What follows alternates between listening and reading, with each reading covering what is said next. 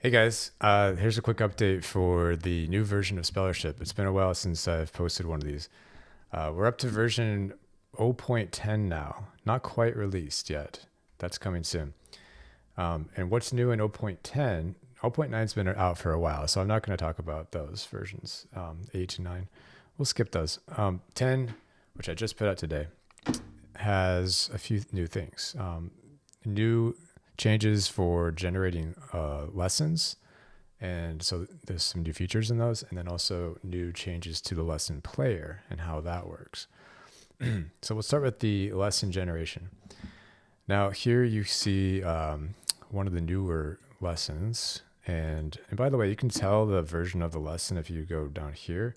14 is the newest version. This is that number right there. So new in version 14 is we now have blue questions, which are previous knowledge questions. Each paragraph is going to have one of these, and it's a question where the answer is not found in the paragraph. It's a question that's meant to be somewhat challenging for that age level, but also attainable for that age. That's what I told the AI to do anyway. And so this example is, it's a paragraph about Stegosaurus. What type of feeder was Stegosaurus? It probably mentions that later in the lesson that they're an herbivore, but not yet. So in this paragraph, it doesn't say that. Oh, it does say plant eater. All right. So still not perfect, but it doesn't have the word herbivore. So it is asking the speller to come up with previous knowledge because it doesn't explain what herbivore is. Maybe an 8-year-old knows that. Maybe they don't.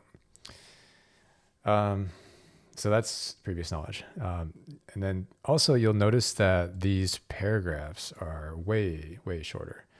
I got a lot of feedback that the paragraphs were just getting too long. And they were long because I got feedback that they were too short before. And so what I've done is I've balanced it out. Before it was they were too short and there were only 3 of them. Now they're back to being short again, but there's 7 paragraphs. So there's plenty of content for each lesson. So I think this is the sweet spot. Let me know if you disagree. This one has only 3 sentences. Some of them have 4. It's usually 3 or 4 for this age level. Now, as you get to older ages, you are going to see longer paragraphs for older ages. But as a consequence of that, we do have also fewer questions at the younger ages. So this will you're always going to get at least 2 knowns. And then for 8-year-olds, you're going to get a third question that might be semi-open and might be a known. In this case, it's a semi-open. And then you'll notice that every paragraph has its own image now. So it's literally just fed this to the image prompt and came up with this. So for example, so here we have Stegosaurus fossils in places like North America and Europe, and it's talking about the bones, talking about what those are, and so the image is of the bones. And here we have, it's just a regular Stegosaurus, isn't it? So it's kind of random. I don't generate these. The AI I just feed the AI the passage, and some other things as well, but that's kind of the gist of it, and it tries to come up with something relevant to that passage. So that's what's new for lesson generation. And let's jump over to, where is it? There we go. We're going to get into this. So the other thing, I've created this lesson just for this video. It's called the number 10. I'm going to show you some changes in the lesson player. So we'll jump into here. Okay, so this is the boardless version, and we could start here. I wasn't going to start here, but that's fine. We have this new menu now here, and previously, and this is, I think, even more useful in the in-app board version of this. But yeah, you always now have a main menu option. You can always go back to the main menu with this little menu here. So here we're reading the paragraph. When you go to hit question, instead of just jumping to the question of the type which you chose earlier, it's actually going to ask you for what type you want for every question. Every time you go to a question, and it's going to ask you which type of question. So you have spell questions, known questions, and then previous knowledge question right here. This particular board that I've chosen right down here, it doesn't support the semi-open. And actually there are no semi-opens in this particular passage. And of course, no tight opens, no broad opens. So if they were supported, you would see them right here. So we can click the green. What number comes before 10? And right now I have multiple choice on. So we have the two choices here, quarter or 9. And yeah, so that's the process now. So now it just jumps right back to the question chooser. What's the next question going to be? Maybe you want to jump to a spell question. Okay, spell count. So that's kind of how that looks in this view. Now let's jump over to the in-app board and we'll resume the lesson. And this is with the 3 board. How many fingers are on one hand? Oh, that's a bug. That's interesting. It should have, okay. Well, this is how it is. This is progress, but not perfection yet. So we're still working on this. Spell count.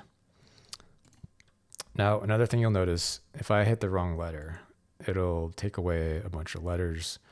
It used to just take them away and that you couldn't even see them anymore, which I got some feedback that was a little disorienting. So now you can see them and they'll come back as soon as you put a correct answer in. While I'm in here, let's switch boards. We're going to jump to the QWERTY, and you can see another change here, which is that on QWERTY, these used to be like invisible. The unavailable keys used to be completely invisible. I got some feedback that was just a little weird. So now they're visible, and it's the same visibility, in fact, as if you were to hit a wrong letter. If I hit K, a number of letters are going to go away, but they're still there. You can still kind of see them. It's just they're clearly not available anymore. So count. Okay. Now let's try this. How many fingers are in one hand? There we go. Okay. Yeah, so these kind of changed a little bit. They're smaller now. Very much the same functionality. This is going to go back to the passage if you want that.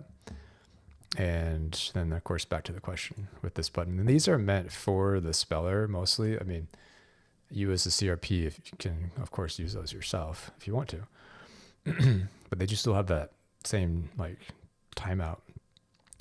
So the new thing here, the thing I'm excited about here is like a lot of stuff has been moved here. 3 things. Okay. For one, the mute button used to be up here.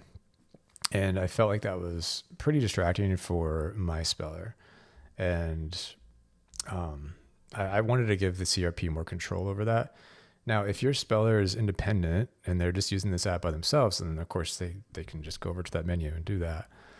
But this menu serves as if you are there holding the app, you have this, and you can just consider this your menu. And if the speller tries to go into it themselves, there's a half-second delay here. If I click this, you'll see it. You'll see a half-second delay where it just doesn't show the options for half a second. So that gives you a little time to like react to that and pull it back.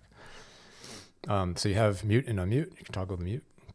You have the board prompts option. You can pull that up at any time and change what board you have and what prompts you want. And then, of course, the main menu button, which you can always go back to the main menu. Thank goodness. So how many fingers are on one hand? Let's go with 5. Great. Okay. Now that I've done 2 questions, I can go to the next passage. If you press the next passage and you didn't mean to, then you'll have a previous passage button. You can go back to this same screen and pick a different question. But yeah, you'll see the pictures show up here too, those per passage pictures. And that's about it. That's what's new. So yeah, really excited to get this out there and let you guys use it. I've used it with Indigo for a couple days now, and he's been testing it, helping me find the bugs, most of them. So let me know how you guys, how that lands for you guys, and looking forward to hearing about how that works. Thanks.